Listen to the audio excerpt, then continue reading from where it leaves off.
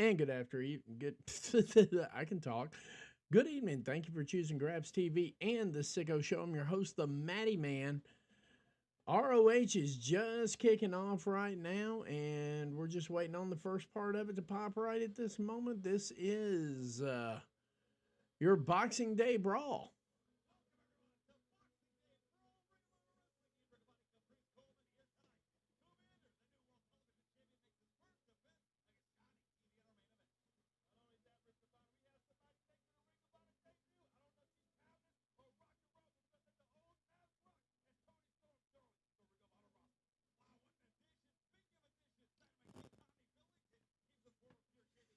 All right, let's see here. Let's see. What we got going on here? We got 2 viewers. That's cool. I know I stayed away for a couple of days. I couldn't help it. I had a bunch of Christmas stuff to do. Yes.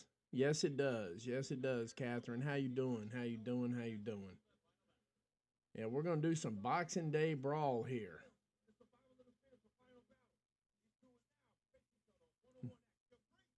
Blake Christian versus AR Fox is my sleeper match of the night. I am not even lying.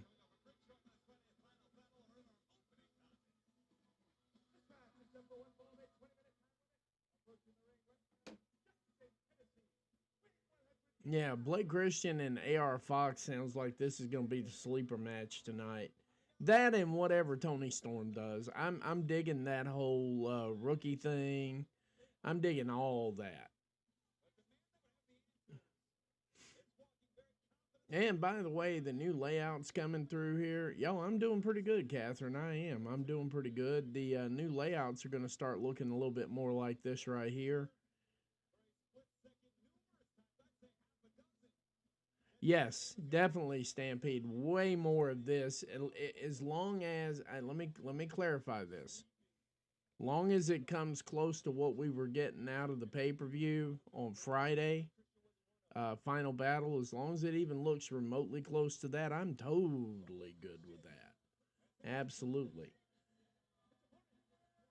And of course, we were having a whole lot of fun this Christmas break here. Um, got out and played with some new toys. I'm kind of half deaf, and I guess the weather was kind of crappy, so I'm a little hoarse. But I don't have a cold. I don't have the flu. I'm not about to have any kind of medical emergencies, especially not with the insurance the way it is right now. Right? Yeah, yeah, definitely, definitely. All right, so we got AR Fox, we got Blake Christian in the ring right now. Let's see what these two gentlemen put together here for an encore after that wonderful Friday exhibition. That Friday match was off the chain. Let's see what they got for an encore out of all this.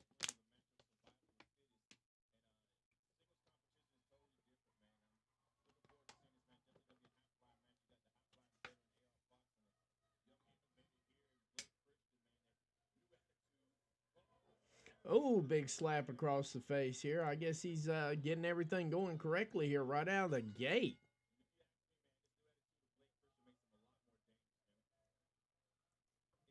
All right, working their way into the corner turn there. Oh, we got 9 people in here. This is looking pretty good. Yeah, that Richard O'Shea fella, it looks like he's garnishing an awful lot of Twitter press, and I sit here.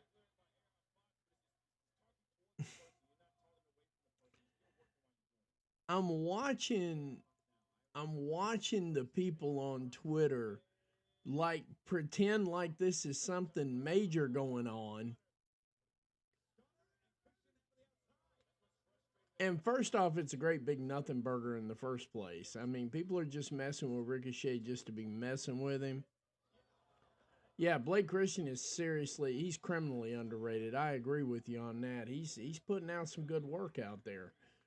But watching these people get into Twitter babble fights with these professional wrestlers. Now, Sometimes I'll get in the middle of it just because it's fun. I'm not gonna lie, I do it for a hobby, not for being serious or anything like that. Because I understand everybody just had a great big deal with Ricochet right there. And to be honest with you, I wouldn't even laugh if he printed out his creator payouts from watching people pick stupid fights on the internet. All you're doing is just making him money. Everyone's like, oh, he's getting roasted. No, he's not. He's getting paid. This is Twitter. He has a verified account. This is him getting paid. That's not getting cooked. That's not getting fried.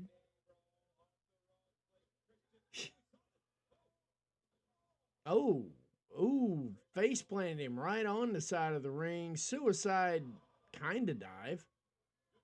Yeah, Blake Christian is criminally underrated. I would say that to borrow a phrase from Stampede. This is criminally underrated. This is not just kind of underrated. This is not maybe underrated. No, it's criminally underrated right here. But one thing's for sure, if they're running a show in Hammerstein Ballroom next year, I am for damn sure going to be there. I like this atmosphere. I really do. And I think, to be honest with you, I think every promotion should work Hammerstein Ballroom at least once, just to get a little taste of this right here.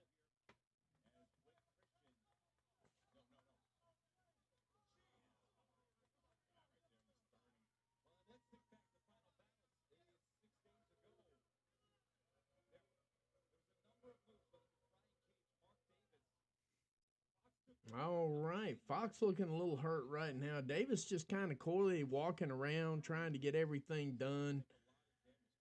Oh, got him up on his shoulders again. Let's see what he's come up with this time. Looks like we're going to meet Mr. Steps. That's right, Mr. Steel Steps. Looks like Blake Christian just introduced AR Fox. Wonder what he thinks about him.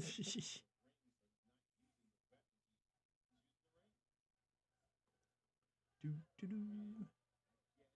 All right. Yeah, and it's kind of a little bit quiet. Can't really help too much here. There ain't, it is what it is. What is all this noise?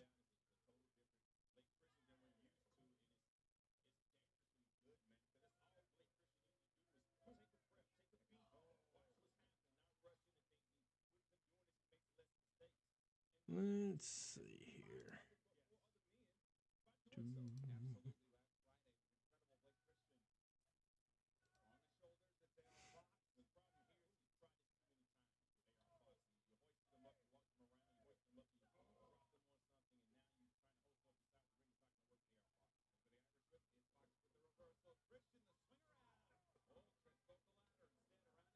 Uh oh. Nice. Step up in Seguri. Got Blake Christian on some spaghetti legs right about now.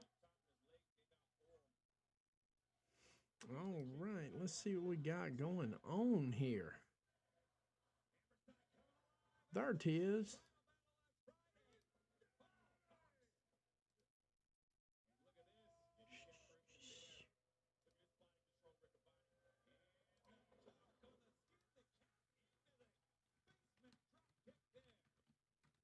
Yeah, that was a nice basement drop kick right there. No kidding.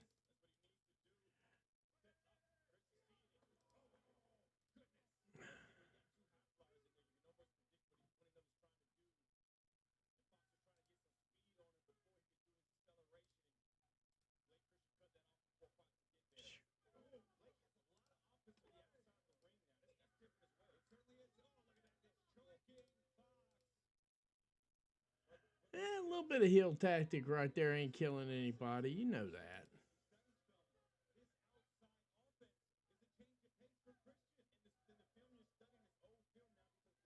I think Blake is Blake not under contract with AEW because like AEW ROH, I mean I guess they're one and the same at this point here. We keep talking about it like they're different, but it kind of feels like they're one and the same. So, I mean, in all seriousness, You know, is he not signed with AEW? Not enough for 3 right there. AR Fox almost getting a ref bump in there. Let's see here.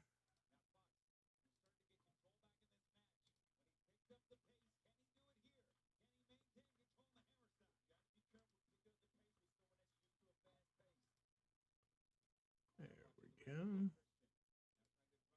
Ooh, dropping a few here. AR Fox working his way around this ring just pretty wow. Whoa. Good old fashioned eye gouge.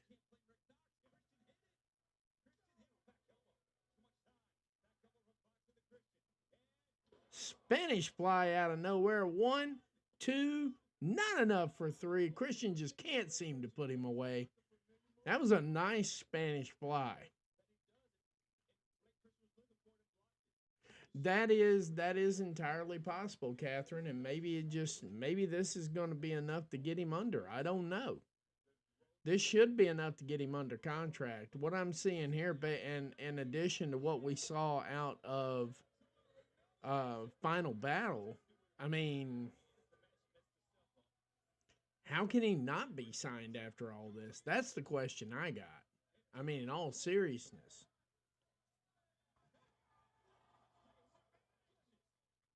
Let's see here.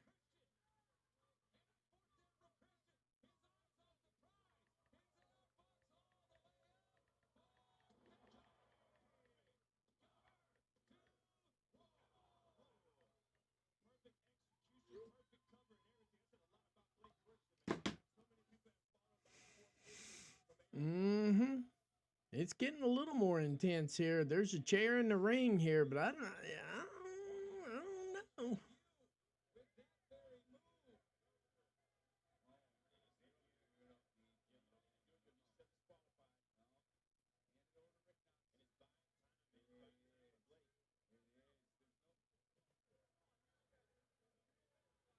All right, referee's trying to negotiate with AR right here. Yeah, they do. Yeah, they do, Catherine. I totally. Oh, nice heel tactic right there. And of course, the referee didn't see that at all. He did, but he didn't. He turned around a little fast. He turned around just a little bit fast. Big curb stomp out of nowhere.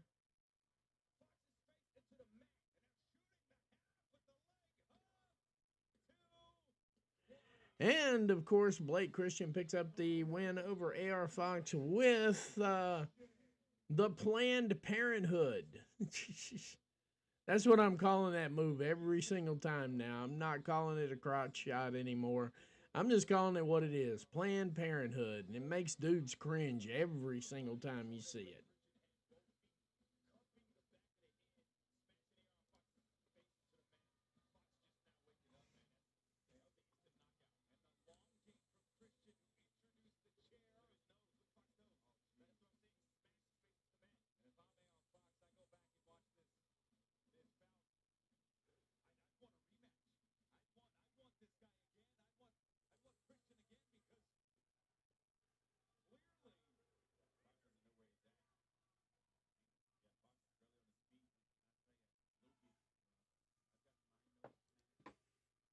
Fox in there really selling this thing too. I mean, we talk about how great Blake Christian is, but I mean, AR Fox ain't nothing to sneeze at either in the ring.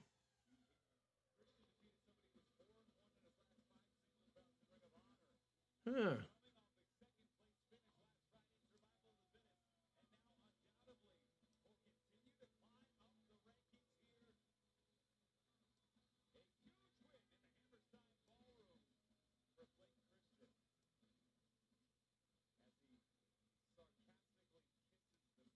There we go. Get it adjusted correctly.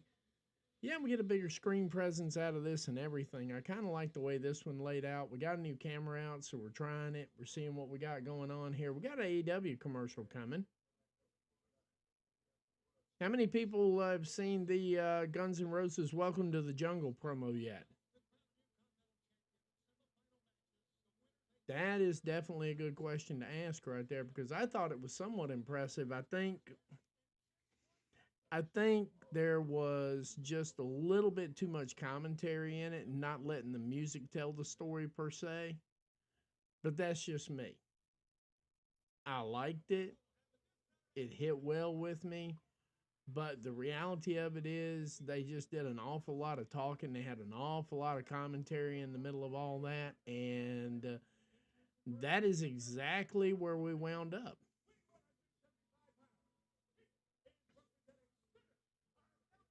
Serpentico making his way down to the ring right now.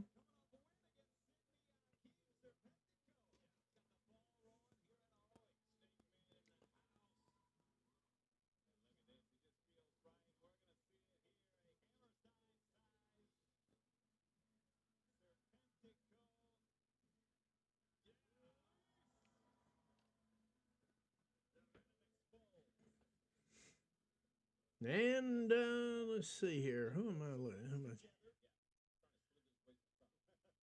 Lee Johnson making his way to the ring next.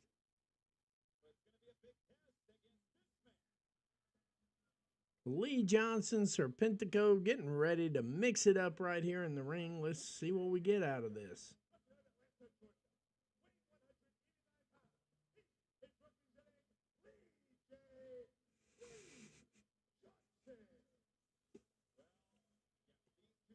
Lee Johnson pushing a 20-3 record in Ring of Honor right now. Followed by the judge down there with him.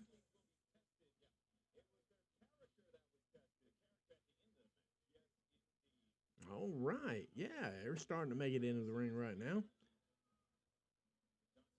So, did anybody get any weird stuff for Christmas?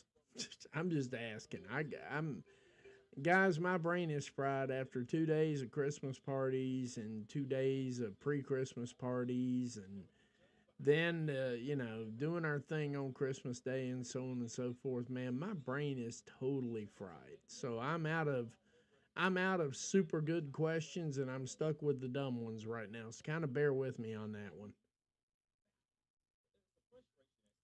All right, they're calling for the code of honor here.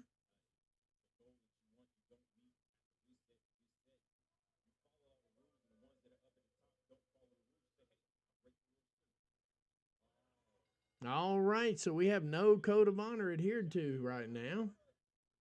Serpentico picking up a quick 1 count here. Arm bar. Looks like this is going to be a pretty quick match here, or at least fast paced. Got him in the crucifix for 2.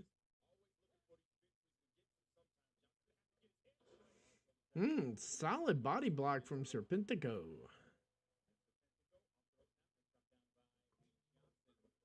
Drop toe hold, turning into a slap on the side of the face. That'll get your motor running if nothing else does, you know?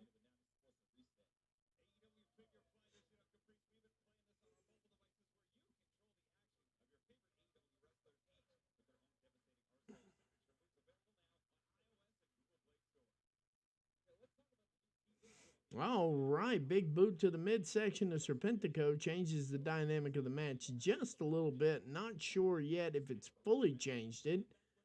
Serpentico seeming to recover right here.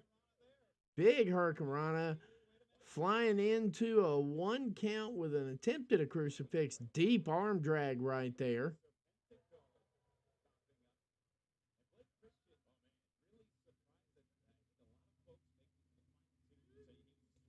Mmm. Big running chop on that one. Hey, we're sitting at 14 viewers. Thank you very much, everybody.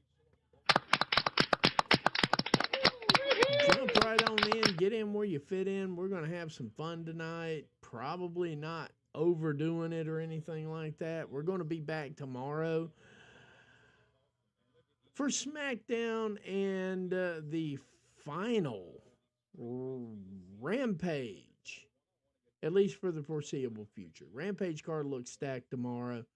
Haven't even seen the SmackDown card, but I mean, they're going to have to do something to bounce back from that 1.25 or 1.3 they pulled last week. So I'm pretty sure the card ought to be good.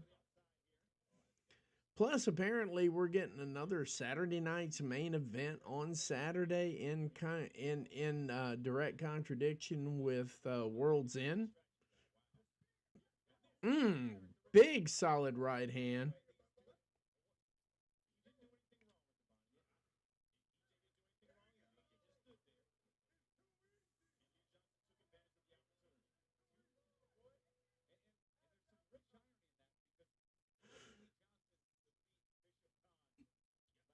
Uh-oh, short roll up. Almost a 3. Funny part I heard last night, and aside from the Ricochet banter, I mean, it's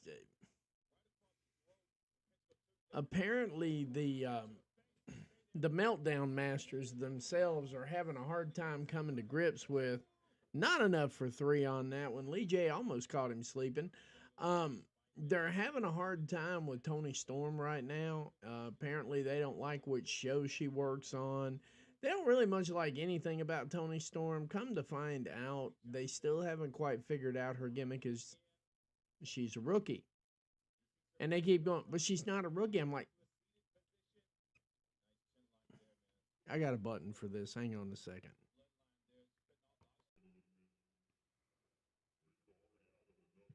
That's why they call it a gimmick.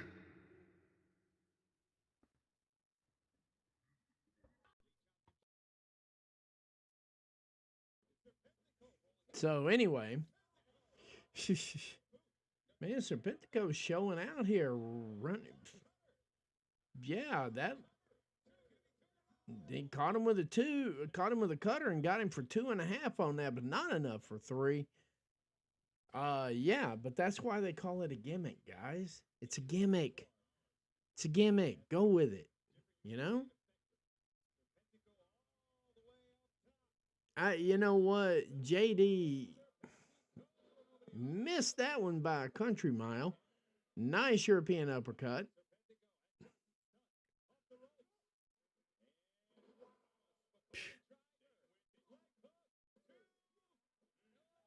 Just enough for 2, not quite enough for 3. You know what, Catherine, I kind of saw part of it. Unfortunately, I don't know what it's going to take to get JD Idiot off of my damn feed. But yeah, I mean, he just keeps showing up. I try to ignore him because all he is just a loudmouth grifter. That's it. And yeah, Stampede, we gotta get him a coloring book. I think if we get, I'm serious. I'm serious about this. If whoa, a little bit outside interference there by the judge. Looks like that's going to be the way of it tonight. We're going to have referee distractions. We're going to have a little bit of cheating. And Lee J picking up 3 on Serpentico. Yes, Stampede. I do not. I no longer. I no longer get into long-winded conversations with these people because it's like it's a gimmick. But she's not a rookie. Her name's not Tony Storm either, but you know, details. You know, there's some people you just want to grab by the short and curlies and just, you know, tell them they're number 1 until they pass out. Yeah, the judge and Moriarty, they're an interesting team. But no. I don't. Now, see, here's where I'm going to halfway kind of disagree with everybody. I don't think JD's stupid. I don't think he's stupid. Just like when everybody's running around there talking about Ricochet getting cooked. The only thing that got cooked was his damn wallet right there because he's getting ready to draw money off of that whole exchange. Plus, he's got last time I checked, it was sitting at 400,000, and most of the comments on there were sitting at 55,000. You know, I I don't think JD's stupid. I think JD's calculated, and I think he knows how to trigger people, and I think people trigger. See, I don't trigger for it. I don't even get him on my burner account because I don't care. He don't exist as far as I'm concerned. I mean, even when I'm watching hog wrestling or something like that, right there, I hit the mute button so I don't have to hear his stinking filthy ass voice. I like Ricochet as a heel. I think if he can keep this energy and this momentum, I don't see a reason why that can't carry him to even. I have a secret. Well, not really a secret because I'm getting ready to tell everybody. I have this recurring dream where not like emotionally or anything like that, but I have this recurring dream where some goofy shit happens during World's End and somehow Ricochet comes out with a Continental title. And that means he's going to have to actually beat an Okada, you know? So, but part of me thinks that's where they're heading with this thing. And you've got all right, here come the premier athletes making their way down to the ring. Um,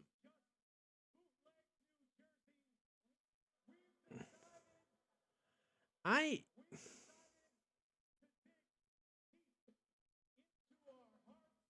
Yeah, I mean, it wasn't that difficult, Stampede. It never was that difficult. And it's not that they can't figure out how to book him. Did you guys see that mentally deficient makes my head is still hurting and I feel inherently stupid for having read it? Where Sami Zayn was talking about Dragon Lee like he just got on the scene 10 minutes ago. Oh, that guy's going to make it if he just had the right opponent and the right circumstances and the right this and the right that. He could be a star. I don't think it's that they don't know how to book him. I think it's they don't know how to book. If it's not big, bold, and white, they just can't figure it out. They just can't. If it's not big, bold, and white, I don't think they can figure it out. They had problems with natives. They've had problems with Asian. They've had problems with Hispanic. They've really had some problems with African Americans or black people, depending on how they identify. They've had problems booking anything but Lily White. And the sooner some of these fans figure that out, those numbers should start reflecting that. I wouldn't mind seeing, I would not mind seeing that at all. We got Billington and Shibata Bread here getting ready to take on the premier athletes. I wouldn't mind seeing Kyle Fletcher win it. I've got a couple of scenarios that shows it. But, I mean, let me look at that card again here. I'm trying to figure out the possible keys to it. And sometimes it's easy. You can just put your finger on it, pause, and just say, hey, I've got this figured out.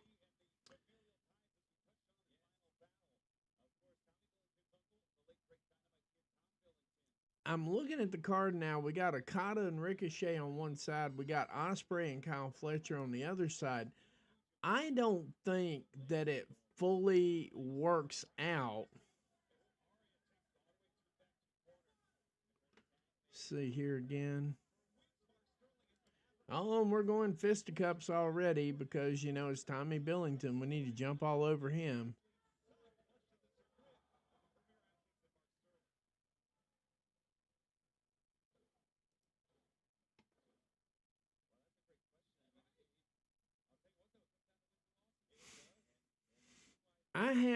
Stampede, I have that scenario going in my mind right now. I think it's going to wind. I think they're making a decision about whether they need to put Kyle Fletcher over this soon or if we need Ricochet and Osprey number 2 or 3 or 12.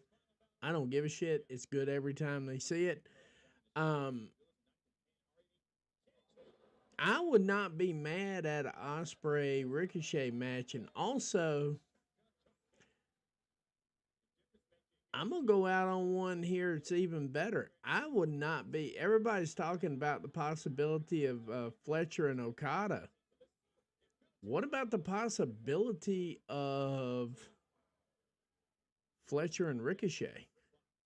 What about that possibility? Have we thought about that one? Has anybody even thought about? I didn't even think about it till right now.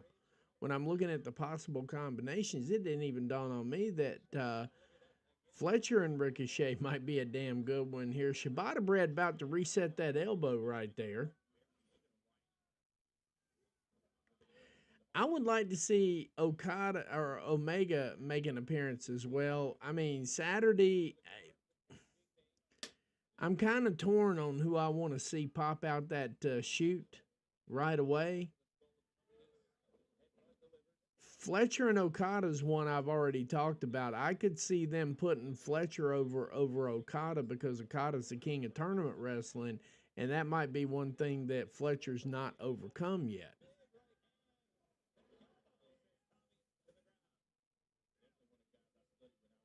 I'd like to see Omega kicking in Stampede, but I'm still sitting here. I'm still sitting on my. I'm still standing on. I would like to see Shane McMahon make an entrance. If I saw Shane McMahon make an entrance right there, I would do it just because at this stage of the game, yeah, someone's showing up in the Death Rider angle. It's either going to be Omega or McMahon. It's one or the other. I can't see anybody else being the higher power of this one. Because obviously that's part of the takeoff of what they're working with here. They're working the higher power angle, just doing it in a fresh and different kind of way. So either the higher power is Shane McMahon or the higher power is Kenny Omega. So, I mean, that's where it needs to show up. Here's an even better scenario. What if it's both? What if you get Omega the wrestler and then you get McMahon the booker and they both join Death Riders? What would happen if that happened? Ooh, nice flying drop kick from Billington. The Dynamite Kid.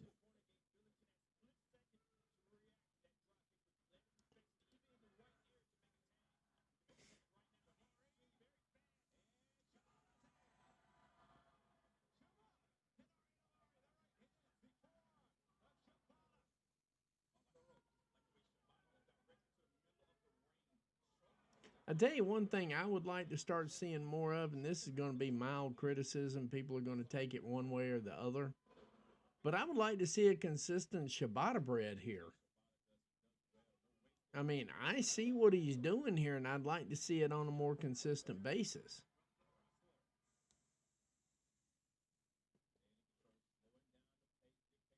That's the other side of it, Dev. And I agree with you on that. We got the camera back here. I've got a new camera, so I'm trying to balance it out correctly.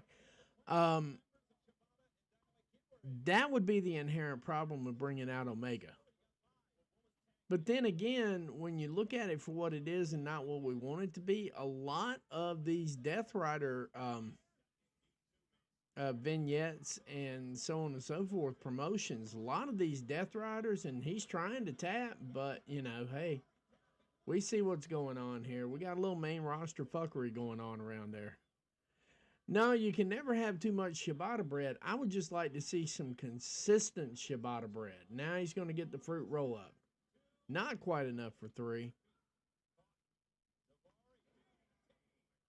But I'm just saying that I don't think really when I look in the arenas a lot of times, I'm not seeing a whole lot of people booing the Death Riders. I mean, they boo for the over the top stuff they do, yeah, but not enough for 3 on that one. Anyway, I don't see a lot of people lambasting or pushing back heavily on the Death Riders. I do understand why the other podcasters say that.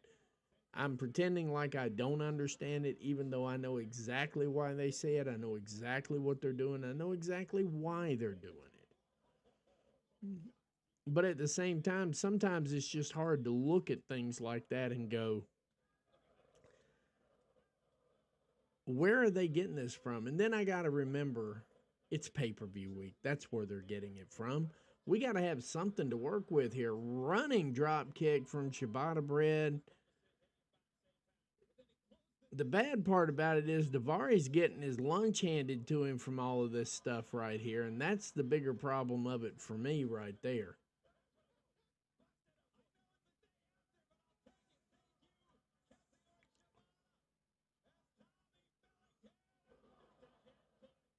Tommy Billington with a flying headbutt.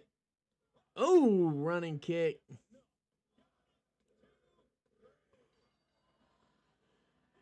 And that's a 3 count for Shavonda Brett and Tommy Billington right there.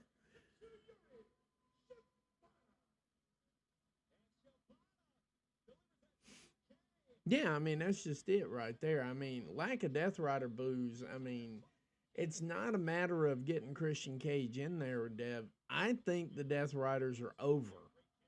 And I think nobody wants to boo them, especially. See, here's the part about it. Let them target somebody who isn't Orange Cassidy. Then let me have a look and see how the crowd treats them. Because I think more than anything in the world, that's the crowd telling everybody every time they beat the shit out of Orange Cassidy. There's a lot of fans out there that want to see that. I mean, it is what it is. There is a lot of fans out there that want to see Orange Cassidy get his head kicked in. I happen to be one of them. I'm kidding. I don't want to see him get his head kicked in, but I don't want to see him within smelling distance of another title for at least a year. Let him go out there, do his part, do his little things right there. And like I said, just let him go out there and do his little thing here and there and everywhere else and so on and so forth. And get back to me here in about, you know what, let's not even say a year. Let's say 9 months. Get back to me in 9 months. If he's got any kind of good heat with the crowd, then I'm willing to entertain it. I'm willing to entertain anybody who draws crowds, sells merch, and keeps those seats full. I'll entertain putting a title on him. I even entertain putting a title on Jey Uso. Then they did it, and we remember why you don't do it. I mean, that's not a popular take because everybody likes Jey Uso, but, you know. All right, from Gold Coast, Australia, here comes the rookie, Toni Storm. They ain't officially calling her that yet, but we might as well. And that jacket is something else. It's like Harley Davidson with Toni Storm on the back of it. Now, that is totally hilarious.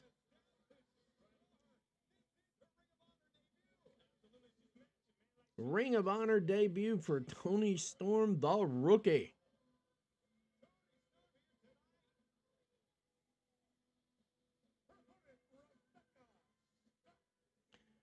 Oh, I know who her opponent is. Rebecca Scott. Not a bad person either. Not a bad wrestler. This ought to be a pretty damn good match. Yeah, this ought to be a pretty good damn match right here. Because this is not some jobber that I don't know. And she literally just hurled her jacket into the crowd.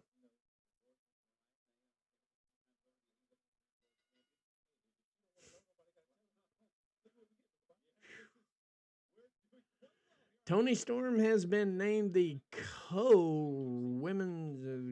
co-wrestler of the year by ESPN, and I'm still grumpy about that. The co-women's wrestling wrestler of the year with Roxanne Perez. I'm still salty about that. I don't think I'm gonna get over that for a while. I'm like, ESPN, you had one fucking job and you screwed that up. Trying to get that side arm bar in there. Rebecca Scott's not bad. I'm telling y'all right now, Rebecca Scott can go. Scott can go. This is actually not a bad matchup for Storm or Scott. This might highlight a lot more of Scott than it does Toni right now because she's doing the rookie gimmick, but I'm down to see Rebecca Scott. Oh, I know, Deb. Seriously, she just hurled her jacket in the crowd. I'm like, are you for real? Now, I'm definitely going to Hammerstein next year. Now, if that's the way they're going to be doing things, hell yeah, I'm down for that. Not to mention, I might even catch a roll of toilet paper from Ricochet. Oh, basement drop kick from Toni Storm. Not terribly much a rookie or anything, but she plays one on TV. Tay Mello going to Stardom. Been out for a couple of years, I understand. I haven't done a terrible amount of research on this. I've just been dealing with just being home for a change because I haven't been home in 2 days. Nice.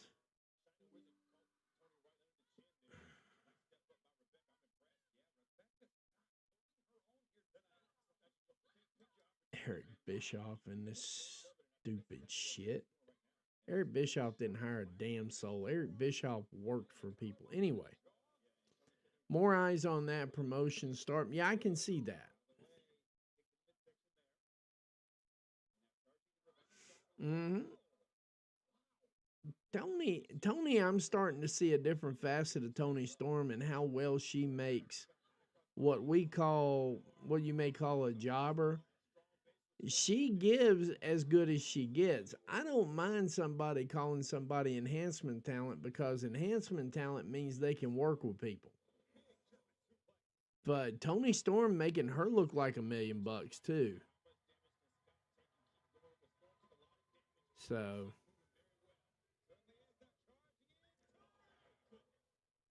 hip attack.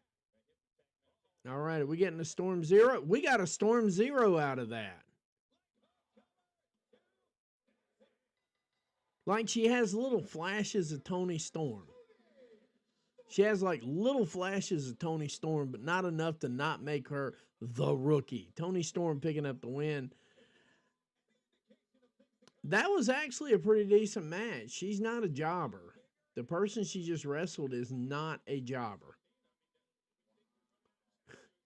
And she bothers to shake her hand, too. That is just killing me. Tony Storm is killing me with this gimmick. Even more so than the timeless gimmick. Everybody was yelling for the timeless gimmick to come back. I'm digging this. I'm telling you right now, this rookie gimmick is just too good to be real.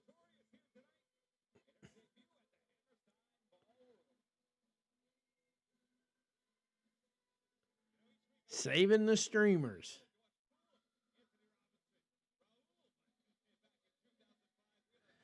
Actually, yeah, this Tony Storm could be in the running too. I like the roll up. I like small package last night. Small package is something a rookie would do.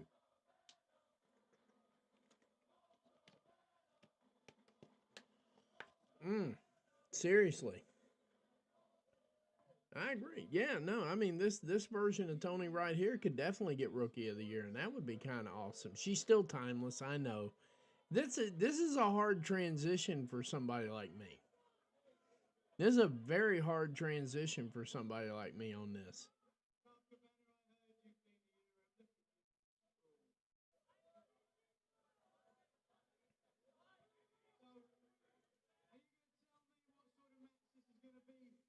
All right.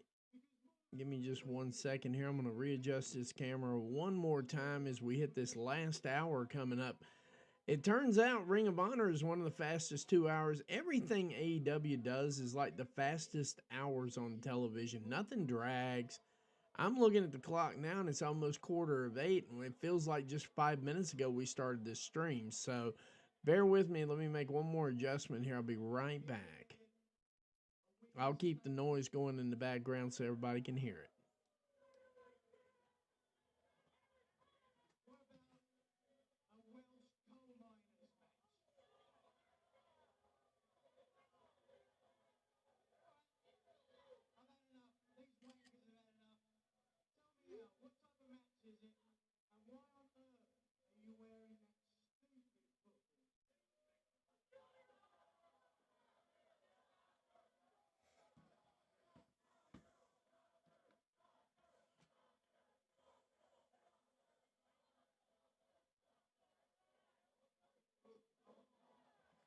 That was a nice headbutt there.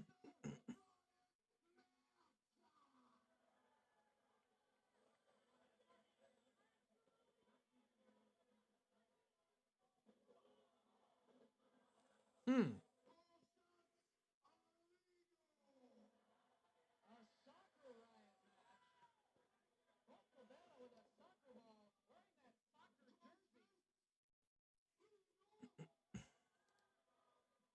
That looks a little bit better. I got a 5K one coming too, or 8K. I'm sorry, 8K camera coming in the mail at some point in time. Should be here in the next week or so.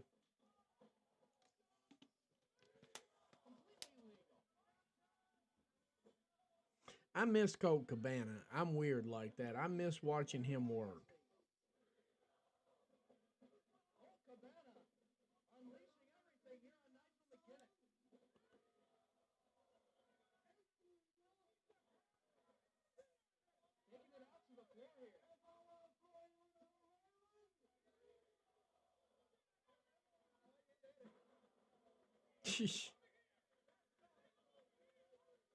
Yeah, Taya has a cool character going by herself there. I mean,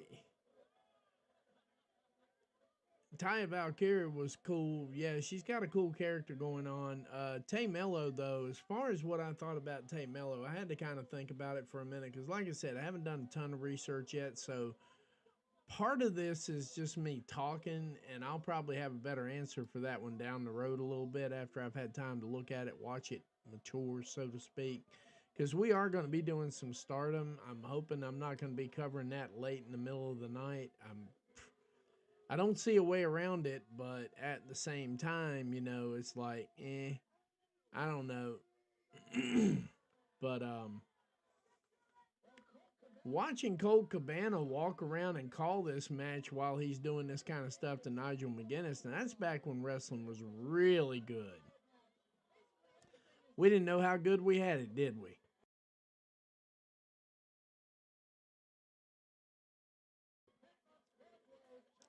We had absolutely no clue how good we had it.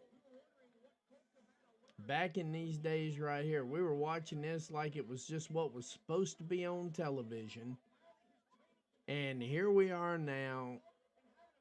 And the match of the year, according to ESPN, is two grown ass men fighting over a 99-cent bracelet. And I don't care how you frame it, that's what they kept bringing back to that stupid feud. And that is the feud of the year.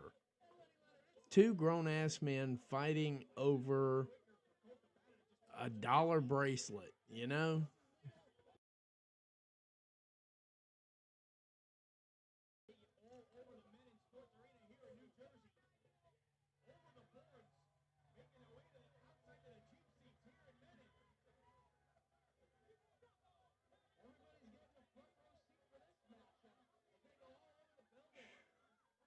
Yep, still showing the same match here. I wonder which one we're going to get next here. We've already got that one's done, that one's done, that one's done, and that one's done. We've got MXM. We've got a world television title match. And then we got the Rockster going up against. I'm going to have to blow that one up. Give me a second here.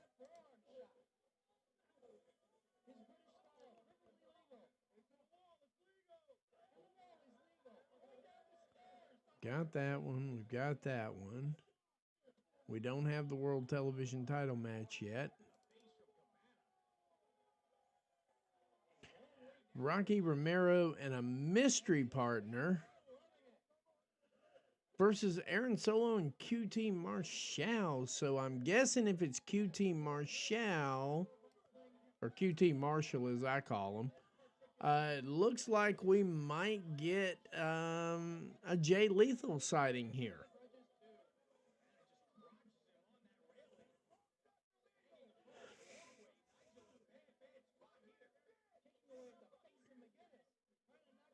All right.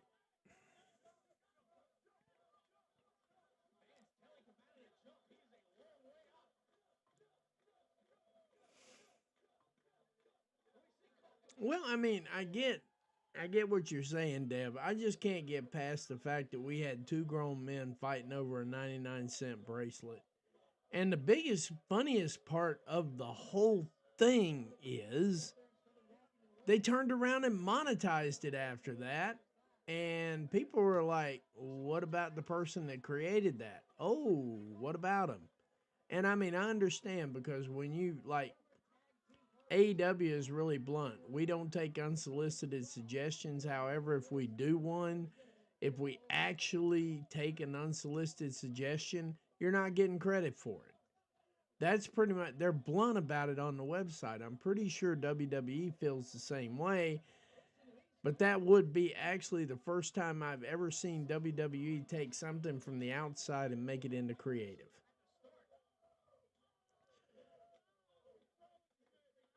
And of course, Colt Cabana beating the living shit out of Nigel McGuinness from back in the day.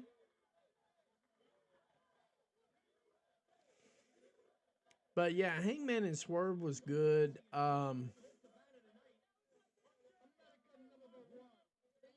Honestly, I thought the feud of the year for me, and this is just for me now, this is not me. I've got some that I've published as part of the Graps TV logo and everything else. I put the Graps TV logo on it. But the actual feud of the year for me was Bryan Danielson one last run. Because he did it a little bit better in my estimation than the way they did Ric Flair. Yeah, and I mean, that was the principle. I'm with you on that one. I mean, it's just, the whole thing of it is, I thought the feud of the year really was Bryan Danielson Final Countdown. I guess that's what I'm calling it. I'm trying to come up with a name for it, but I kind of felt like that was, to me, the feud of the year.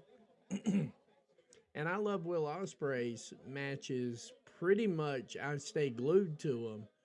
But there were a few other matches out there this year that might have been a little bit better than that one. I mean, Bryan Danielson selling the whole thing about getting on the ambulance and heading out and being almost finished and all this other stuff. I get that. That made it compelling. That didn't make it the match of the year. You know, and I appreciate Will Ospreay. I appreciate Bryan Danielson, both of them.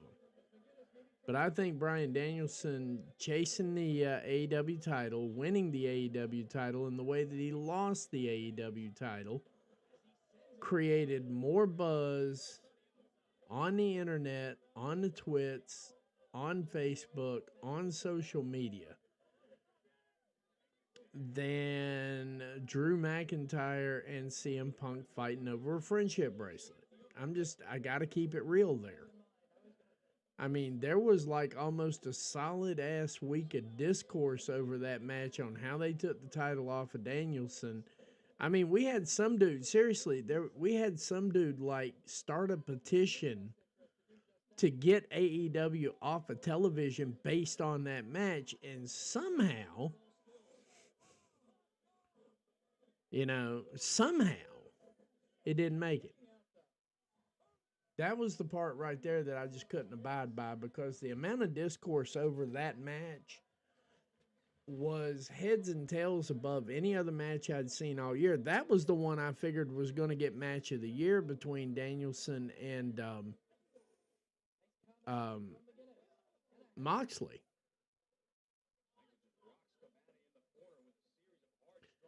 Without recency bias, yeah. I mean, if that match had fallen before they did the voting, you damn right. But that match right there is my match for the 2025 season.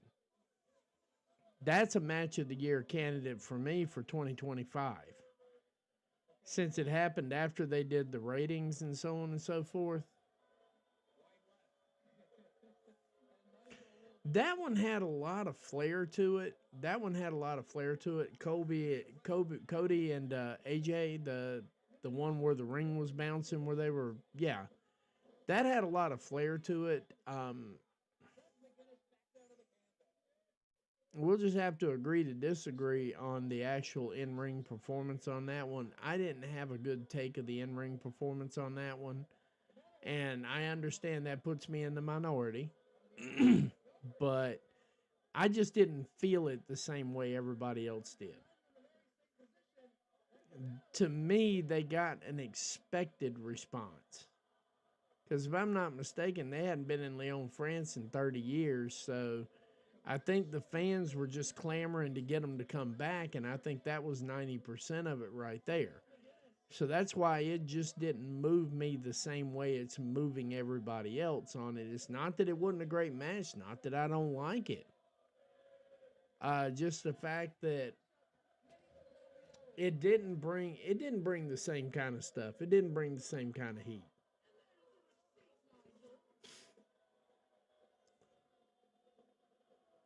And now I'm sitting there watching Colt Cabana work a damn soccer ball better than a lot of people work actual wrestlers in the ring, you know? So, that's that for me.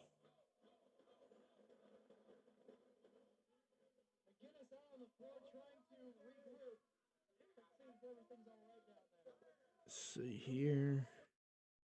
So I'm guessing they do this in lieu of commercials.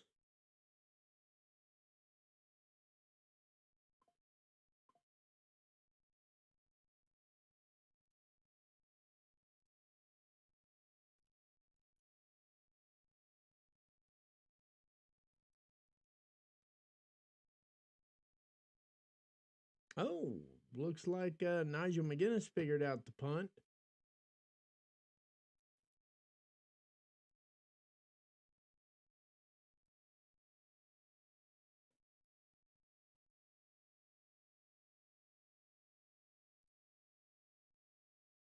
Yeah, no, it was a decent show. The crowd in France was good. The crowd in France is what really made that. And I think everybody around who was in the know, they were all running around going, now, guys, this is an anomaly because, and they didn't have to tell me that because I know that WWE doesn't come around to France every day. In fact, they don't come around every week. They don't even come around every month. Hell, they barely come around year to year.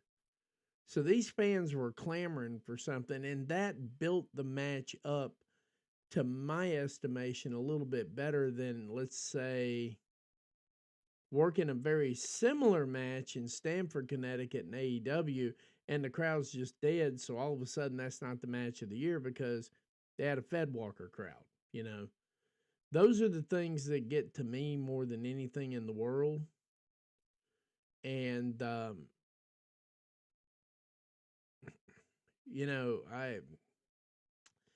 I don't know. And this thing is still fading out. What in the world is going on here? I'll be right back in just a second here.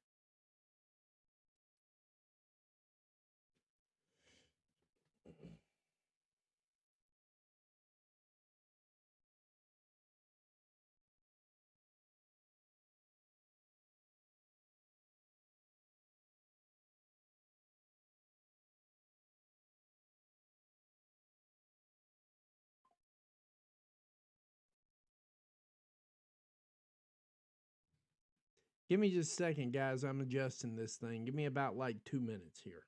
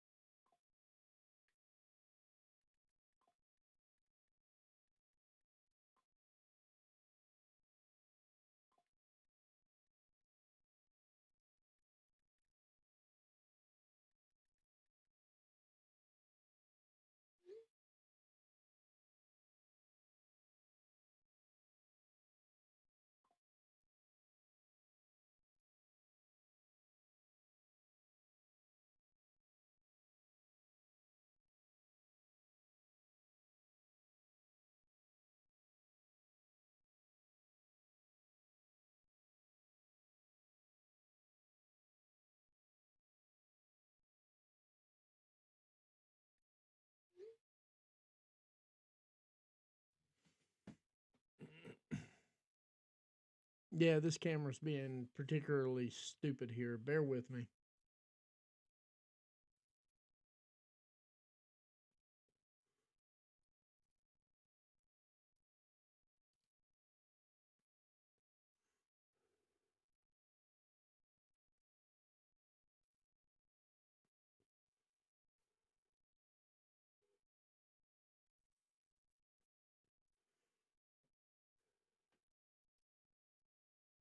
There we go. That looks a whole lot better now.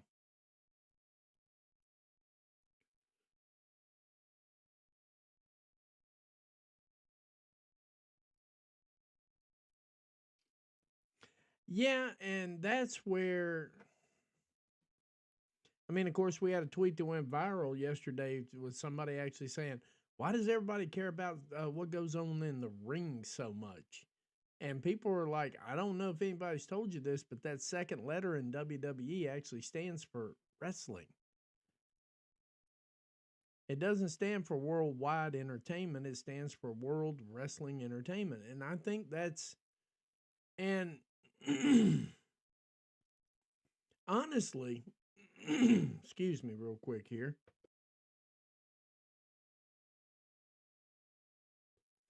Honestly, if we're being honest about it, I blame Triple H for that.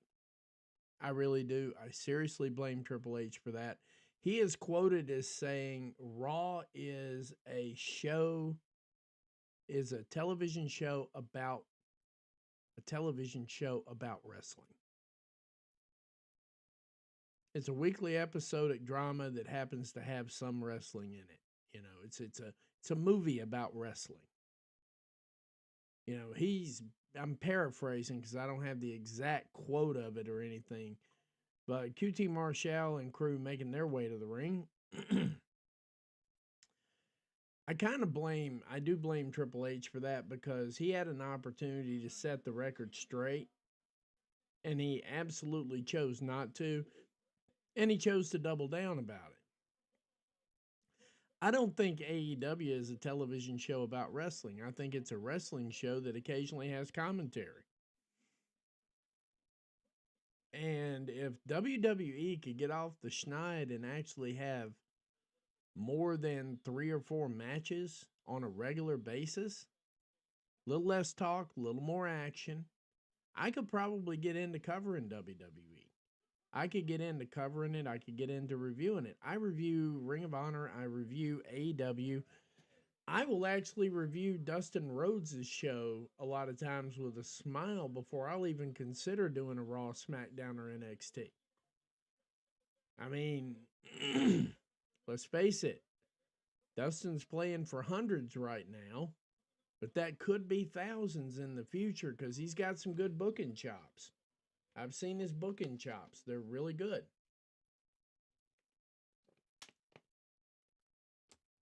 But when it gets to the point that I have seen 5 WWE pleas in a row, and not only have I called the outcome of literally every single match, oh, Homicide. Homicide is the mystery guy.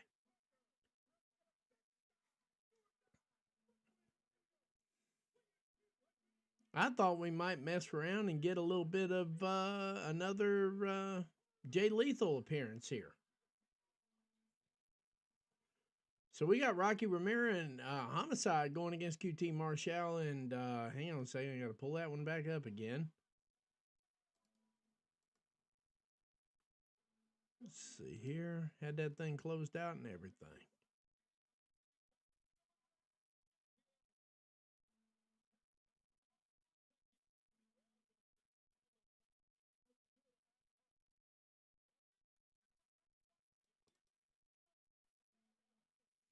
Yeah, Aaron Solo, QT Marshall versus Rocky Romero and Homicide. This ought to be an interesting match here. It might even be a banger.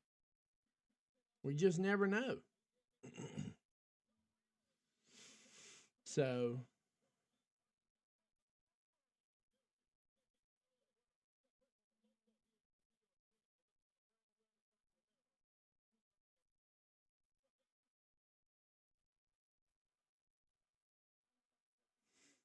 I'm not as big a Homicide fan as I used to be, but I'm still waiting on all that information to ferret itself out in Texas just to see how that plays out a little bit. There was a lot of controversy around Homicide down there. Homicide's always been one of those guys that we really liked.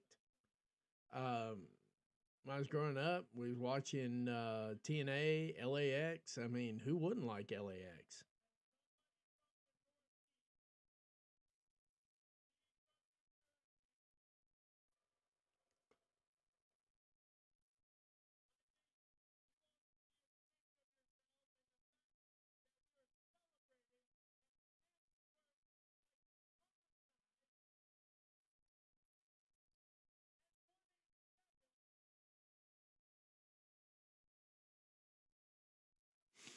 I'm surprised they had that much Stampede. I really am. I think probably Saturday night's main events what threw that off a little bit because they actually had to wrestle in that show. And they had to squeeze it all into 2 hours because it was network television. So I'm going that route with that one. That's the only reason I see that many minutes. If they've got a premium live event in the week,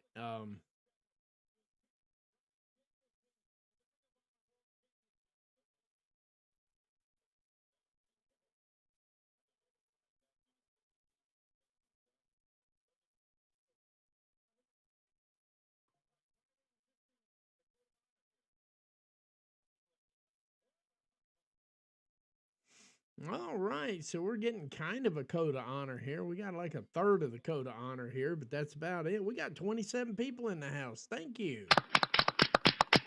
Thank you very much. Thank you. That means a lot to me. At least I got people to hang out with tonight. Nah, I had a great Christmas yesterday. Got to see some old friends, got to hang out with them for a little while, got to chop up a little bit of game in my shoot job. Um, had a good time. Tuesday was pretty decent. I can't really fully disclose Wednesday because nobody likes to talk about pew pews and what they do and so on and so forth. So that messes up the algorithm. So we're not gonna have that conversation. But a lot of pew pewing was going on there. Um,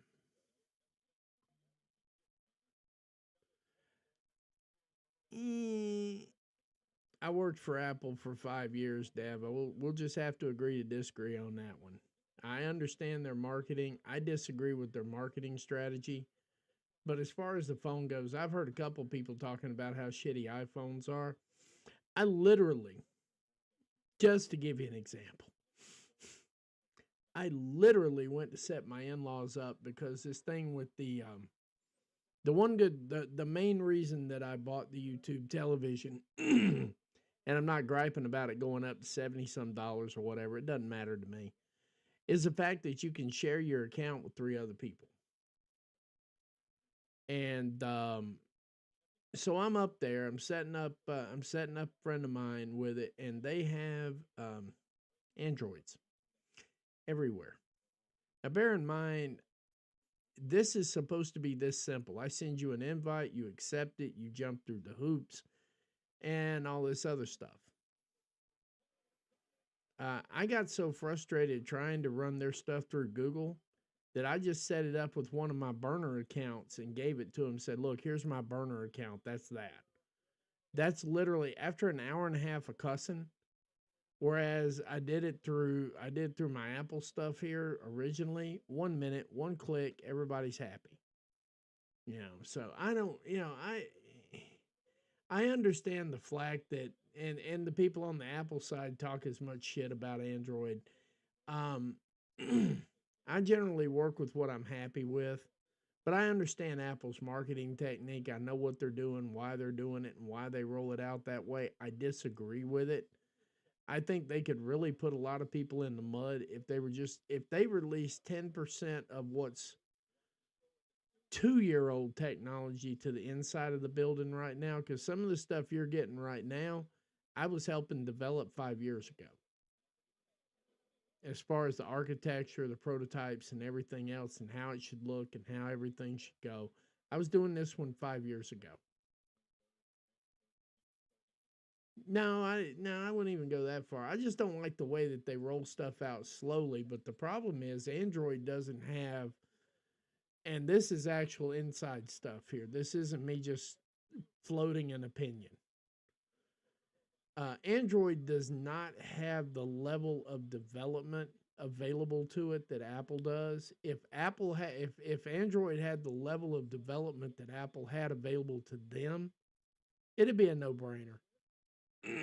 I started out with Androids years ago. I think I had the Galaxy S3. That was when I touched around with Androids and so on and so forth. But what cured me of having an Android was when I had the S3. I was married at the time, bought matching phones. You know, the stupid shit that couples do when it comes to stuff like that. And it's not necessarily that it's stupid, but when you look back on it in retrospect, it was like, nah. But we both bought the same model of phone. Hers worked fine.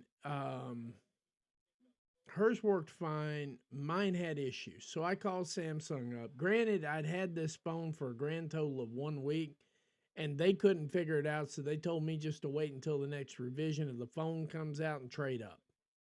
That was their answer. So that didn't help me out very well. Oh no, I had a rotary phone too, Stampede. I know what you're talking about, and I still remember 5914060 and 7867885. You know.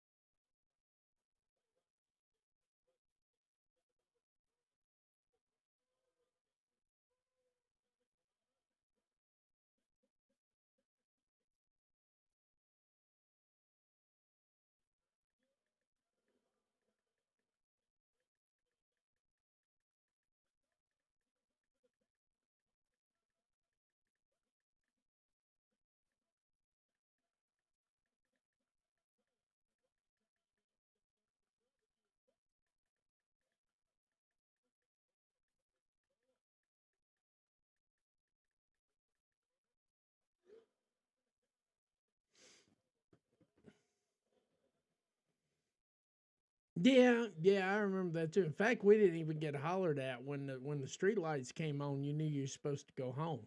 That was pretty much it. I was a latchkey kid.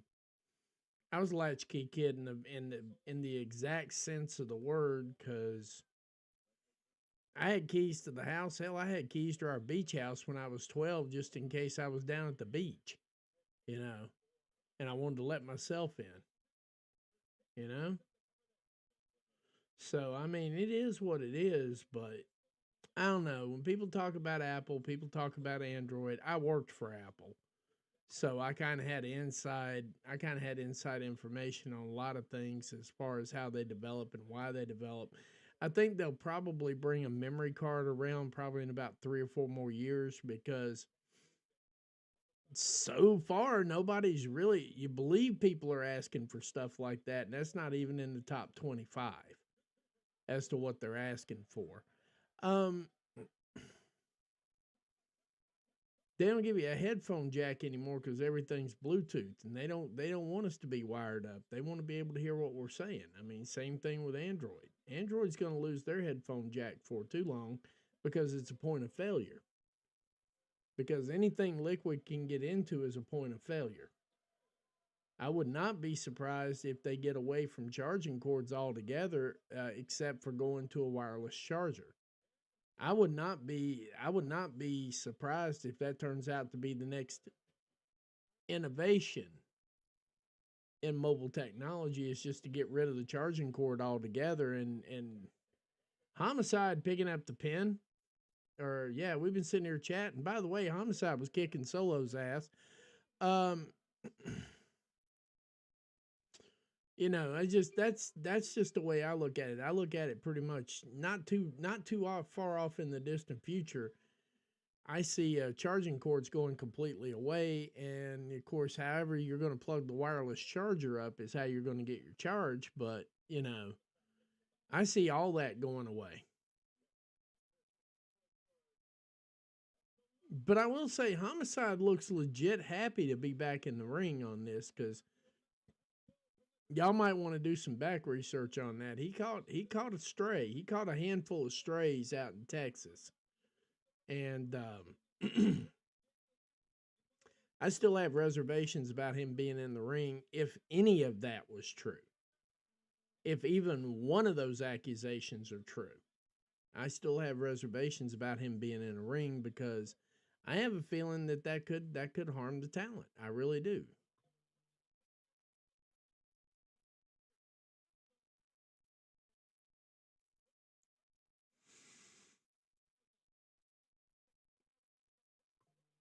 So we got Danhausen coming in there. We got the review from Final Battle here. We got the replay from Final Battle. And of course, that's probably leading to what MXM is going to be in the ring here for here in just a minute.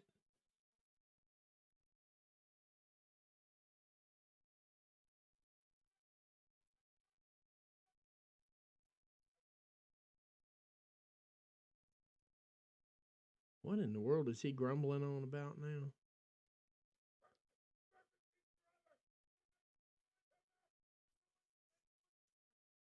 Oh, they ruined Mansoor's match. Yeah, get him over to Japan with Rocky. I like that idea too. Hey, we're sitting at 30 viewers. Thank you very much. 30's a good number. We'll deal with that on a Thursday night. For Ring of Honor, yeah, we'll deal with that all night long. That's a good number. I like it. I like it a lot.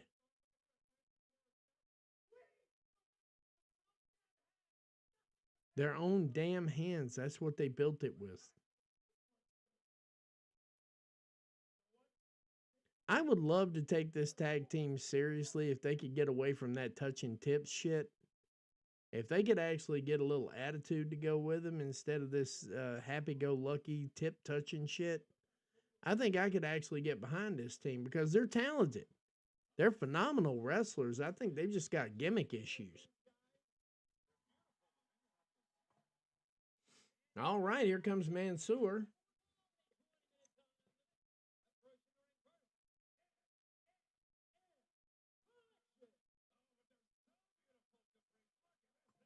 MXM Collection making their way to the ring right now. Let's see what else we're going to get out of this.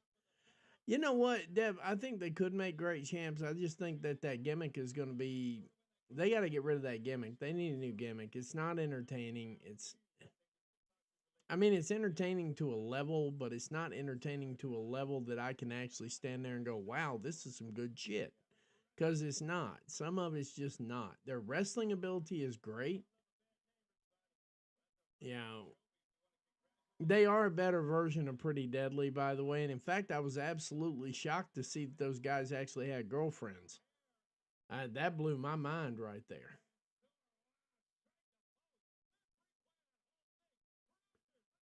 No, let's don't say we did. Let's not replay that whole thing. No, I'm good with that. Dustin Waller and Killing King.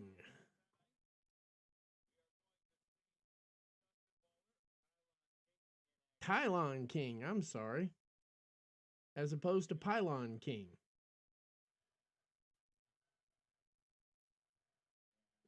So we're getting the code of tip honor here.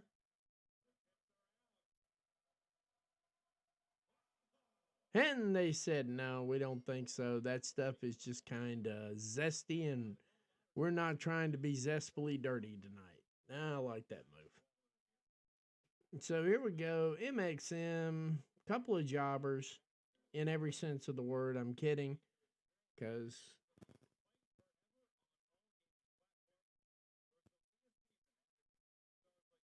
they do some funny shit backstage. I do, and I do agree that they're a better version of Pretty Deadly. I would just like to see them.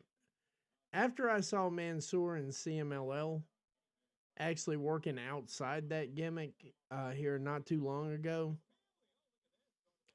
it's night and day for me. It really is. It's night and day. I like that version of Mansoor that I saw in CMLL. Now, maybe they might have been just because of the location and just because of the culture. They might have been doing the tip touching shit too there, and CMLL just edited all that out of the video. I don't think that's the case, but I'm open-minded enough to suggest that their culture might have had them do something similar to that. And overall, but the match itself was really good. And he didn't do any of that Mansoor shit that we see here in the States. It was none of that in the match. It looked pretty damn crisp, too. I would like to see more of that. Now, we can still have the little zesty boys thing going on here if they want to. BOIS. You know what I mean when I say that. Not calling people boy like that. BOIS. They can keep doing that. I mean, for the most part. But at some point in time, you know, you're going to have to put a package together, pause, that parents, I don't know. I don't know how parents are thinking these days, but it's just like if this was going on in my generation, back when I was your age. Now, I know how that sounds, but realistically here, my dad was the biggest wrestling fan I ever met, and that includes all of y'all that I talked to. I really appreciate everything, but I mean, he could tell you every single thing without the internet, without a newspaper. He could tell you stuff from firsthand information. He was one of the biggest wrestling fans I think I've ever met. And I don't think he would have gone for letting me watch that.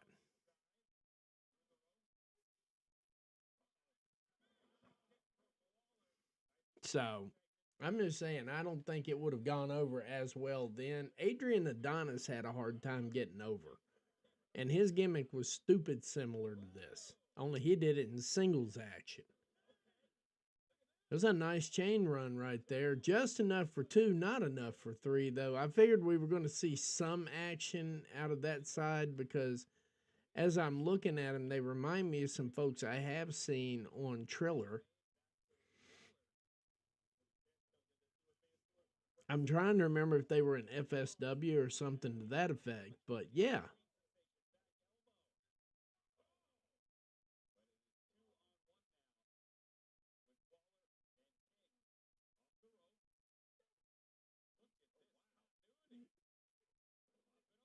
Uh-oh. And we got a tag in here now. They are entertaining though, guys. I'm not I'm not taking anything away from the entertainment value of it. I'm really not.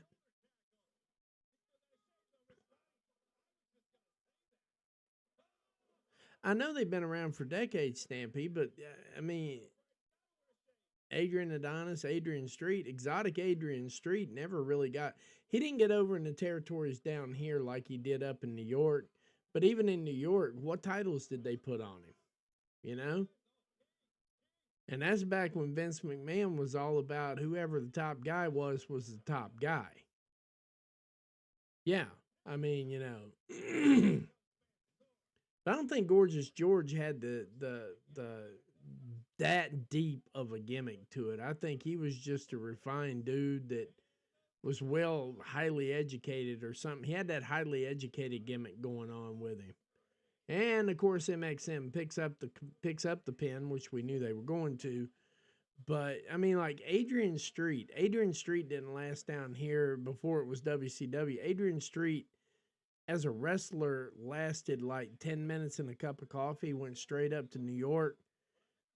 Got over in Madison Square Garden pretty well, but not over enough to put a title on. And Adrian Adonis, same thing. Everybody in the locker room agreed he was a phenomenal wrestler. How many titles did he have? Not many, if any. Same thing with Adrian Street. Now, Gorgeous George, on the other hand, he carried a few titles. But he always struck me as more of a sophisticate, a cosmopolitan sophisticate. You know. Yeah, we need that Jericho promo one more time, said no one ever. He was flamboyant. And I mean, it was an allusion to, but not a direct. See, what we're living in right now is more of a, yeah, Luna Vachon was pretty polarizing too, but I mean, I guess what we're seeing more. Yeah, I preferred that one too. I liked Adrian Adonis and Jesse Ventura working together. But what I was going to say is I think that we're in an era or we're in a generation, we're in a culture where expression is a little bit more available. Let's just say available. Now, does that mean that you take full advantage of that and do it that way? I don't know. I don't know where the answer is at. But I don't expect to see a lot of gold around the waist of MXM anytime soon with this gimmick. I don't expect to see. There's a few I don't expect to see gold on. There's some that I'm afraid I'm going to see gold on in spite of. And then there's probably 5 or 6 in AEW. Once I see them, I'll call them out. Just remind me to call them out next time. There's 5 or 6 that I can see in every title picture on both in both parts of the division. And now that I'm really seriously watching a lot more of Ring of Honor now because of these watch-alongs, I'm comfortable enough to say that I see a lot of people within AEW that could be needle movers. That could be. But I don't see a boatload of value being put on MXM. You're not seeing them in the scrums. They're not being pitched that way. You know, they're not being pitched to the public unless I'm missing something here.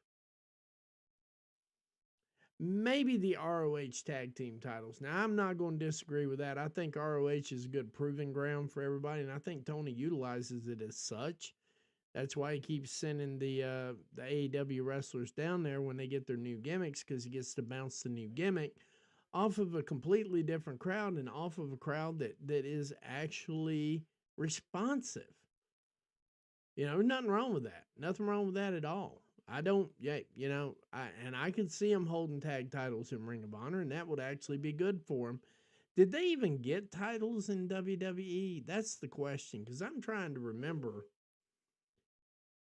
I don't remember one little bit about there being titles on MXM. It looks like we're going to have we're going to do the minion expulsion thing here now, and I have not the first clue how this works. Give me just 1 second while they're running their mouth. I'll be right back.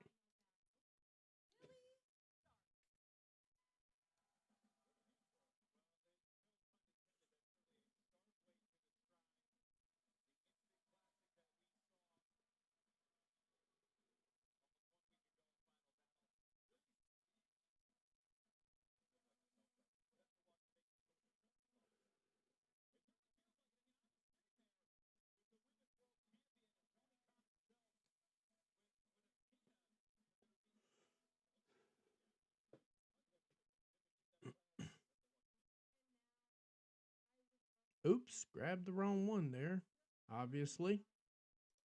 There we go. I did get the camera right anyway. It didn't matter. MXM, yeah, they wrestled in WWE. They wrestled in NXT a couple of times. I just never saw any gold on them. You know. Yeah, it's time for the minion expulsion part of it. 7 potential needle movers off the dome. Off the top of my head, give me about 2 seconds to compile this list. Will Ospreay. I'm going to give you 8. I'm going to give you 4 from each promotion because I don't want to narrow it down to, because a lot of my needle movers come from stuff that I see that's old school to me. Okay, so from AEW, Will Ospreay, Powerhouse Hobbs could be a needle mover. I'm hoping that World's End is a breakout match for him. I'm not expecting him to win the title, but I am expecting him to show out. I mean, at some point in time, he's got to have a come to Jesus moment in the ring somewhere. It might as well be with Takeshita. Trying to dig here. Harley Cameron is going to be a needle mover, and I stand on that. I think if they put a title on her right now, if they give her a win streak of say 5, 6, 7 matches, and they put a title on her, and this is the one that you're going to laugh at, but it's true. I think Harley Cameron can move the needle with a title better than Chelsea Green. And I already believe Harley Cameron's overtaken Chelsea Green in the entertainment side of things. I think she is far more entertaining to me than Chelsea Green. Even though now, when I get to the WWE side, I'll cover Chelsea Green. And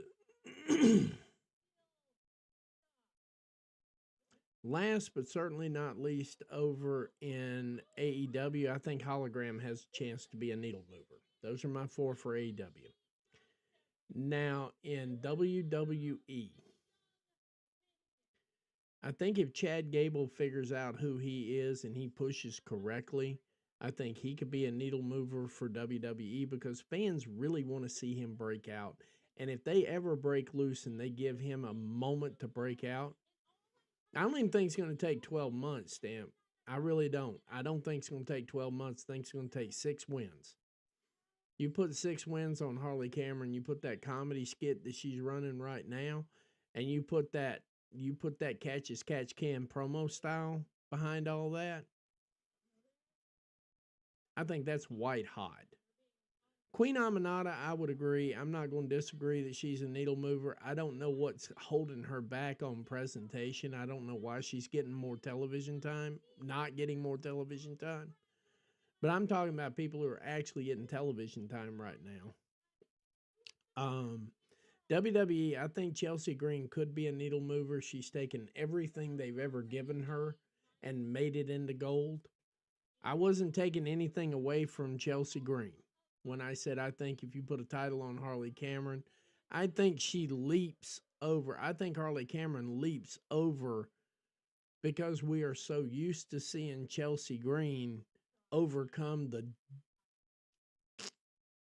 dumbest, like brain dead gimmicks that they give Chelsea Green, and she overcomes them.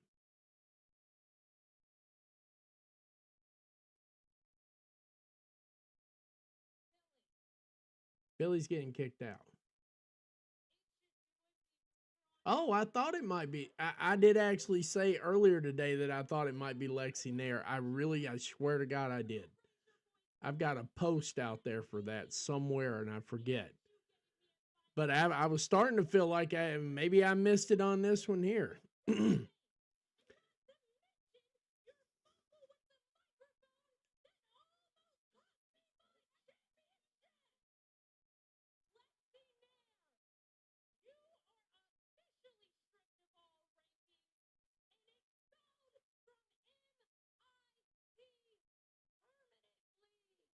Aw. We might even get a fountain here. I don't see Trick Williams moving a needle at all. I really don't. I think Trick Williams is a black John Cena, and John Cena got over because John Cena got over in a time when you could get over. I think that's why they keep Trick Williams back in NXT. Now that's not a popular opinion, but Nathan Frazier, I kind of like him a little bit. NXT, it's hard to pick the guys out. Now, if we were talking about women in NXT, boy, we could lay it out there. They've got a handful in women's division. I don't see Trick Williams, and I think Javon Evans needs to put on about 50 more pounds. What in the world?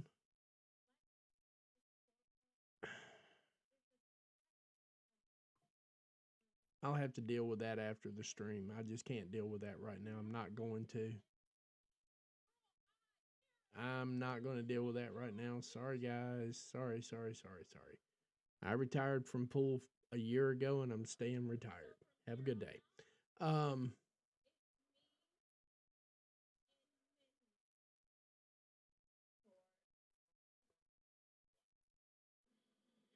So Billy Starks and Athena are still friends, and Billy Starks looks like she's got a big fat case of Stockholm syndrome. I don't think anybody's going to let Charlotte put Andrade in there. And quite frankly, when it comes to Roman Reigns, stop me when I'm telling lies right now, but I don't think Roman Reigns can move at the speed of Andrade. I really don't. Now that's not to say Roman Reigns is not a good person in the role they've got him in right now. But I think he runs into the same problem that Melo ran into. I mean, Andrade is just on a different level. Now, and I don't care who he's married to, and I don't care what his relationship status is. If he didn't have Charlotte Flair, he'd still be a top shelf guy. Not sure about Javon Evans. I just really am not sure about too many of the guys in NXT at all. I see them as overdeveloped. We're getting a review of that final battle match for the World Television title that was levels above anything I've seen in decades right there. That really was. That was levels above anything I've seen in decades in a long time. But getting back to it, I don't think that it's that Charlotte's not moving the needle for Andrade. I think Andrade wants it on his own. I don't think he wants that kind of publicity behind him. And if I was Andrade, I wouldn't want it either.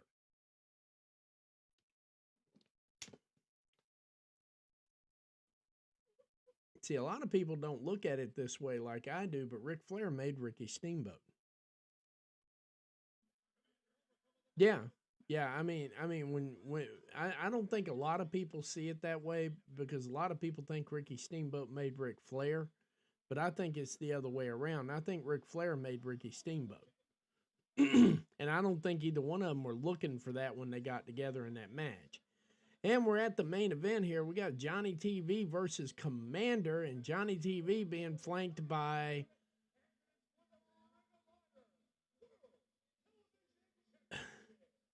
MXM. He does do a lot of things quite well. That's what I was trying to say. See, I got to temper what I say about certain wrestlers because everybody goes nuts when you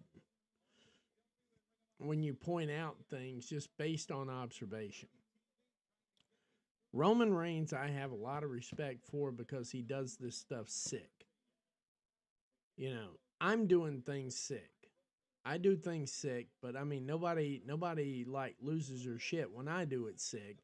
But when I look at something like this right here, and when I know what it takes to put that match on, and I also, if the reports are correct, because I don't have any of that firsthand, it's just straight up reports. But medication wise, just that alone, the fact that Roman Reigns can work through all that, I have mad respect for him.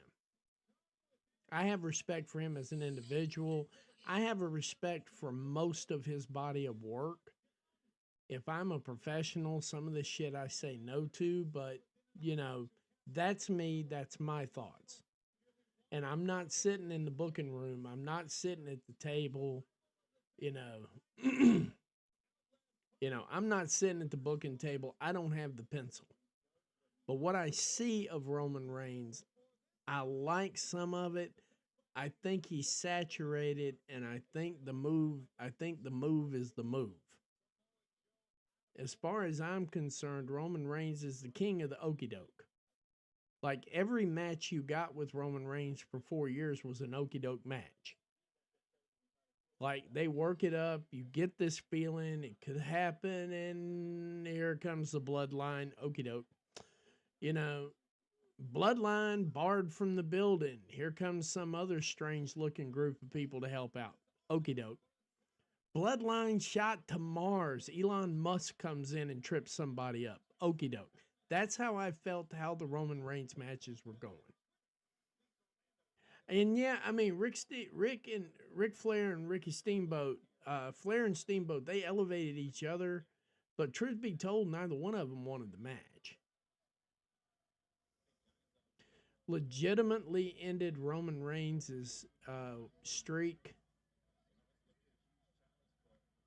Where do we start?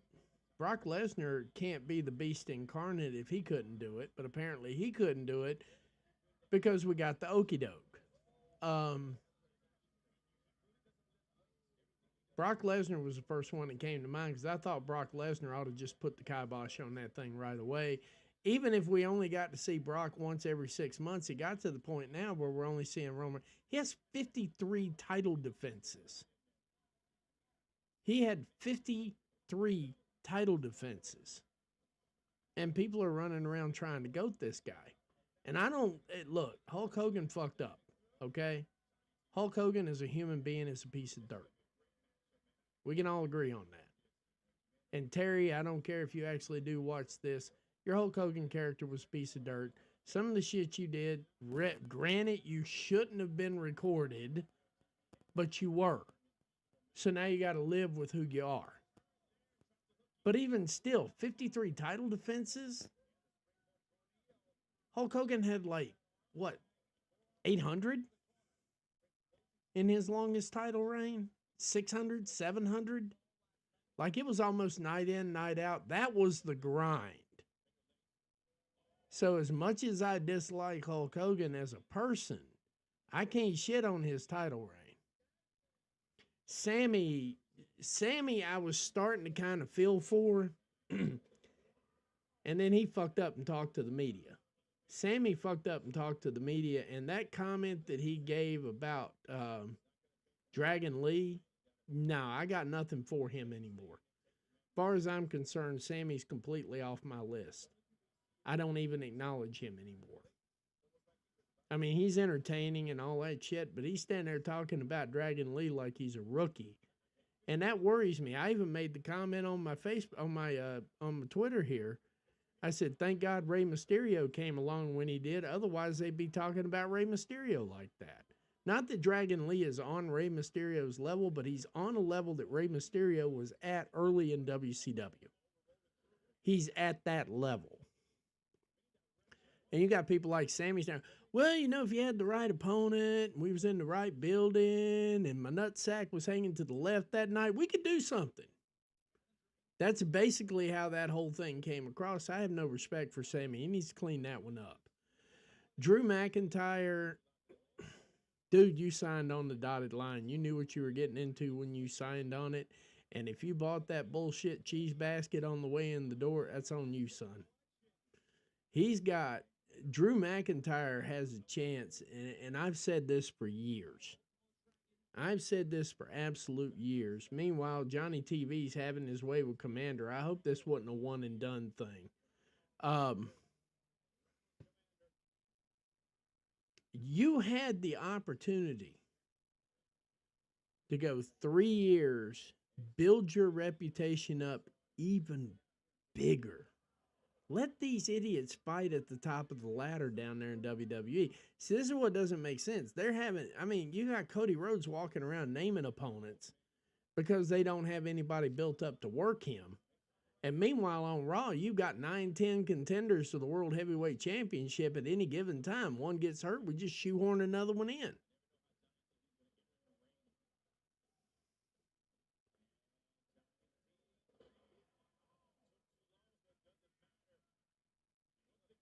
I mean, it's fine. If people like Sami Zayn, that's fine. I just take personal umbrage with the way that he was talking about Dragon Lee. Like Dragon Lee isn't already an established luchador. They act like when they're doing these things, they act like WWE is like the world and anything else on it is like outside in the Mojave Desert. Very far away, shouldn't even be looked at, shouldn't even be discussed, shouldn't even be talked about.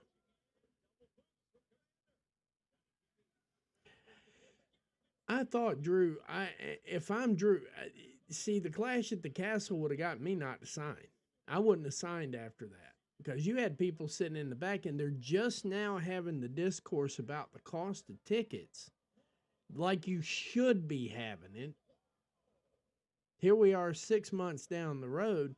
Family of 4 shows up for Clash at the Castle. 1, 2, not enough for 3. Family of 4 showed up Clash at the Castle. Their get-in price was damn near like $2,000 US for a family of 4 to sit up, not even behind the hard cam, in the top of the bleachers in the nosebleeds with pigeon shitting on your head. Nearly $2,000, and your guy doesn't go over.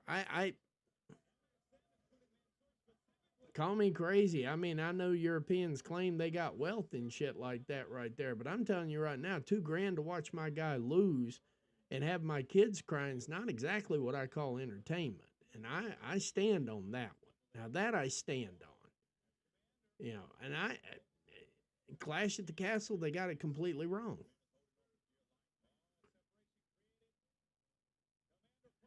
Yeah, I mean, that's just it. I'm hoping we say this, though, Stampede. We say this because he was under a similar deal, and as it got close to the end of his contract, what'd they do? They put the title on him. When he got ready to look, you re-sign, we'll put the title on him. He re-signed. And, here we are. Here we are now. He's basically, they've got him stooging out there. They're going to have him stooge to CM Punk before it's over with. You watch. You mark that one down. I'm calling that one. Yeah, it did. But it wasn't just that, guys. It wasn't just that. Sami Zayn was talking about him like he was green as grass coming in the door. Like, yeah, if we get the right place and the building tilts a quarter inch, I think we can make this guy look good. He looks good.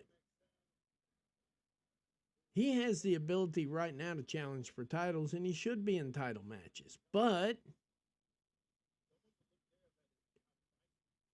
he ain't white. If I really must be blunt, he ain't white. He ain't going nowhere. At least not right now. He'll go somewhere when it's time to go to, when they hook a deal with Puerto Rico, they'll put a title on him, send him down there, get the Puerto Ricans in there, get them hit for about, I don't know, maybe, I think now some of their getting the door prices are getting close to $2,500 for the cost of a family of four. They'll put some titles on him then. Same thing that they're doing with Priest. I mean, I'm surprised. I know why Priest signed. He's 45. And I don't think he saw a path in AEW or Ring of Honor. And if he saw a path, I'm not quite sure these wrestlers understand how their contracts work as far as money-wise, because everybody talks about WWE like they're, this, that, and the third and everything else. The reality of it is Rhea bloody fucking Ripley, if I could be honest right here in a minute, is the most underpaid. Yeah, he did. But Rhea Ripley, her salary disclosure, $250,000 a year. Now, merch sales, she gets 50% of her merch sales. So you say, she's got to be rolling in money. Not after they get through working that pencil, she's not. That's what's blowing my mind right now. I truly believe that's what happened to Grand Slam in Australia. When Tony Khan said he was moving the venue. 1, 2, 3, Commander picking up the pin there. And we still got 10 minutes left here, so I'm guessing we're going to get something out of this. Commander picking up the pin, retaining his World Television title there. I have to feel like Tony Khan didn't change venues for ticket sales, because obviously he's not changing venues for ticket sales for All In here in the United States. He's where he's going to be. And it's harder to change venues in Australia. It's hard, guys. Like I said, I worked for Apple. And just dealing with Australia is a 7-week refresher course every year, because they changed their laws, they changed their rules, and they changed their edicts. So getting an event moved in, we just saw that match. Okay, they're just going back over everything else here. Wow, never mind. It just went back to repeat. So let's just go ahead and leave that right where it's at here. It just rolled back over. I'm going to take a few more minutes, guys, because as far as I'm concerned, we're doing a 2-hour stream because that would be the normality of a show. I think Becky shouldn't come back. I'm just going to be honest with you. I think Becky shouldn't come back. But I think when Tony Khan moved that venue, that was more of an indicator to me that Rhea Ripley signed with WWE. I think he set that venue thinking he could snag her And it would be the great big reveal of 2025. But when he moved venues on it, I'm just going to have to say that she signed on the dotted line now, and she's going to be doing bake sale matches with Liv Morgan here next year. I don't think they're going to move that title right now. Morgan is a merch mover. You know, if she loved the game, she would. You're right, but I don't think Becky loves the game that much. And I think she has a hard enough time keeping everything else together. I think working a different promotion with her husband working WWE, them having alternate schedules and things like that, I think that wouldn't work too well for her. That's just my thoughts. But the fact of the matter is, Rhea Ripley, when I found out she was drawing $250,000 a year, and I forget merch sales, because people may not buy T-shirts. There may be a copyright problem. There could be a recall. That money is, for all intents and purposes, for 5 years, that money ain't there. Because anything could go wrong. Could be a problem with the ink in the shirt. You know how it works here in the United States. So that's not guaranteed money for me. The contract money is guaranteed. And the fact that you see Rhea Ripley been in the company 8 years, carrying the company like it was Ripley time. 8 years, $250,000. Will Ospreay's salary is not disclosed, but it's said to be north of 7 figures, close to 8. MJF, not worth a dime he's being paid, but I heard $4 million. I heard $4 million from a reliable source. I'm not quoting it. I'm saying I heard it. If they give MJF $4 million, he ain't worth it. Swerve Strickland, $8 million. Now, that's over 5 years, but that's still a whole lot more than $250,000 a year. And I like Swerve Strickland. I like MJF. I like them all. They haven't had to carry a division like Rhea Ripley had to carry a division. $250,000 a year is criminal. Considering they're sitting there talking about record gates, record ticket sales, and it's not record ticket sales, but they're talking about record gates and all this other stuff here. No, I'm not feeling that at all. I'm not feeling that at all. But apparently Ring of Honor gets done early, so I am about out of things to talk about, unless we got other things to talk about here, guys. If we don't, all hearts free. I've enjoyed this. I'm going to tell you that right now. We got almost 40 people in here. So, when we get 40 people in here and I get 5 or 6 chatters, we got a show. That's all I got to say. So, going once, going twice.